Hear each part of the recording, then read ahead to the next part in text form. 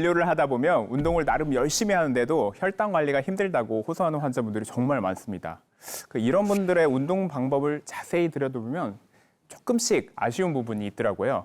그래서 제가 오늘 엄지재앙 시청자분들을 위해 확실하게 혈당 관리를 할 수 있는 운동법을 가져왔는데 방법은 바로 이겁니다. 면역력 잡는 혈당 관리법.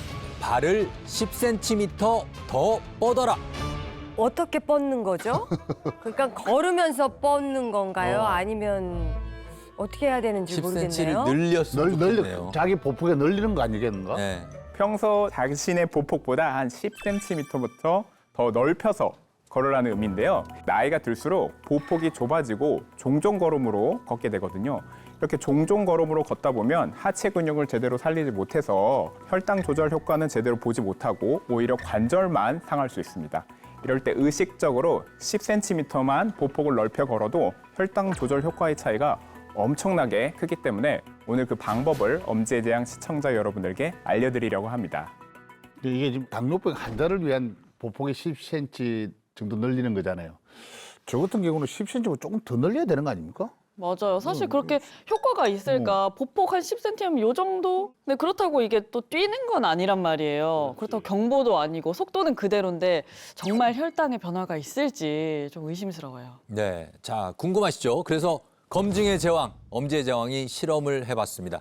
똑같은 걷기 속도, 걷기 시간에 보폭만 10cm 넓혀서 걸었을 뿐입니다. 그런데 얼마나 차이가 있을지 양경호 선생님이 직접 실험에 참가를 하셨습니다. 오. 자, 과연 어떤 변화가 있을지 보겠습니다.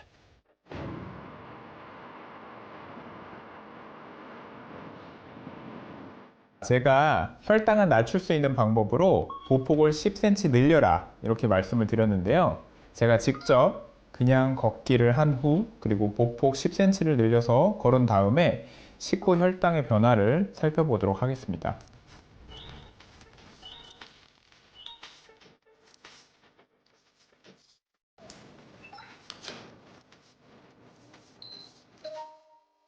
아주 정상이에요. 안정적이네요. 깔끔하네요. 깔끔하네 진짜, 그죠? 네.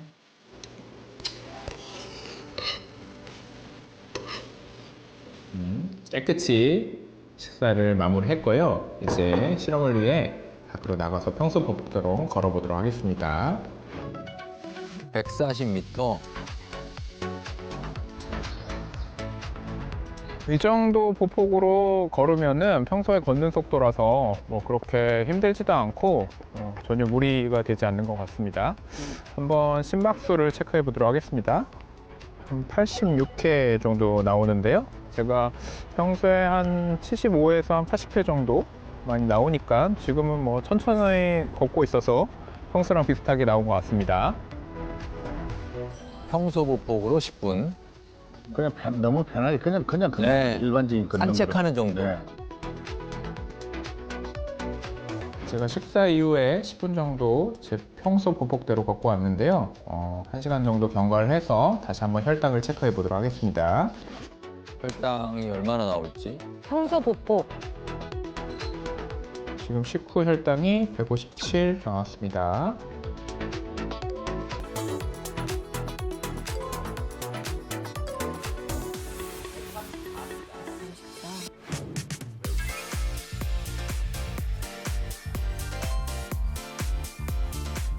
오늘은 어제랑 달리 평소 보폭보다 한 10cm 정도 더 늘려서 걸을 건데요.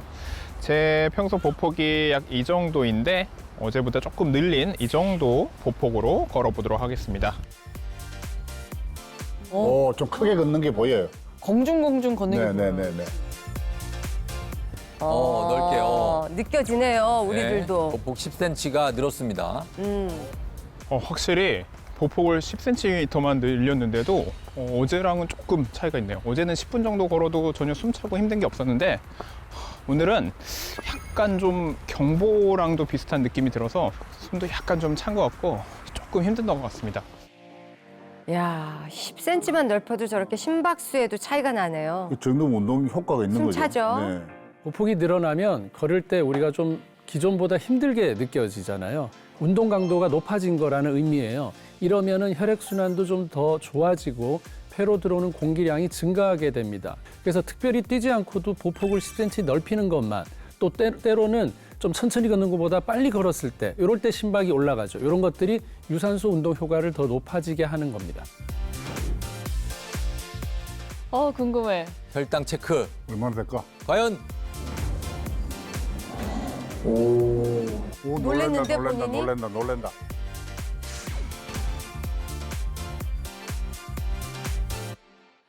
심박수도 확실히 좀 높아졌고 또 운동 거리도 되다 보니까 뭔가 좋은 변화가 있을 것 같아요. 이게 아까 일부러 그 빨리 걷는 게 아니라고 하셨는데 화면으로 봐더라도 확실히 이게 속도감이 달라 보여요. 근데 혈당 차이는 그렇게 많이 났을까? 예? 네. 자, 그럼 어떤 결과가 나왔는지 궁금하시죠? 이제 화면으로 바로 공개하겠습니다. 자, 그냥 걸었을 때는 식후 1시간에 157까지 올랐고요. 그런데 보폭을 10cm 넓혀서 걸은 후에 식후 1시간 혈당은 이야, 와, 엄청나다. 굉장히 저렇게 차이가 많이 났어요? 안정적이네. 134, 식후 2시간 106까지 떨어졌습니다. 이야, 대단합니다. 와, 엄청나다.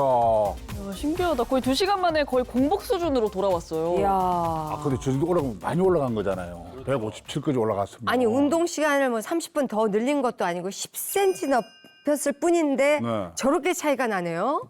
혈당을 소모하는 곳이 바로 근육이거든요. 네. 근데 결국 걸을 때 얼마나 많은 근육을 사용하느냐에 따라서 혈당이 어떻게 조절되느냐가 결정이 되는데 보폭을 넓혀서 걷게 되면 척추 기립근, 엉덩이 근육, 대퇴사두근, 종아리 근육 이런 힘들이 증가했다는 연구 결과가 있습니다.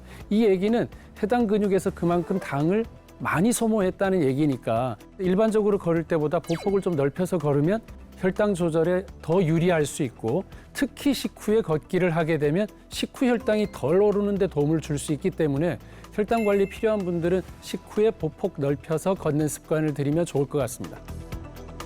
그러면 그냥 10cm만 딱 늘려서 걸으면 되는 건지 보폭의 어떤 기준이 따로 있는 건지 궁금해요. 일반적으로 정상 보폭은 성인 키의 한 37에서 45% 정도라고 하는데요. 만약 키가 160cm일 경우에는 한 59에서 72cm 정도가 적당한 보폭인 거죠. 그런데 이미 근력이 많이 저하된 경우라면 힘들 수가 있습니다. 이럴 때는 무조건 키에 맞춰서 보폭을 정하기보다는 평소 내가 걷는 보폭보다 한 10cm만, 이게 보통 주먹 하나 정도 되는 거거든요. 이 10cm 정도가. 이 정도만 넓혀서 걷는다고 생각하고 걸어가면서 보폭을 점차적으로 늘리는 것을 추천드립니다. 이 보폭을 넓혀 걷기는 아무나 해도 되는 건지 아니면은 좀 이런 사람 좀 피해야 또 주의해야 되겠다는 그런 분들은 있습니까? 네, 이런 분들은 좀 피해야 되는데 아침에 첫 걸음 뻗을 때 발 뒤꿈치가 아픈 분들이 있거든요. 첫 걸음 뻗을 때. 그런 분들이 이제 족저근막이 내려앉는 족저근막염이거든요. 이런 경우에는 보폭을 넓혀 걷는 것을 추천하지 않습니다. 또 너무 딱딱한 바닥에 보폭을 넓혀서 발을 내딛다 보면은 발에 가해지는 충격이 클 수 있어요. 그래서 처음엔 흙길이라든지 모래산 산책로처럼 비교적 안전적인 산책로에서 시작을 해서 천천히 늘려나가는 것을 추천합니다.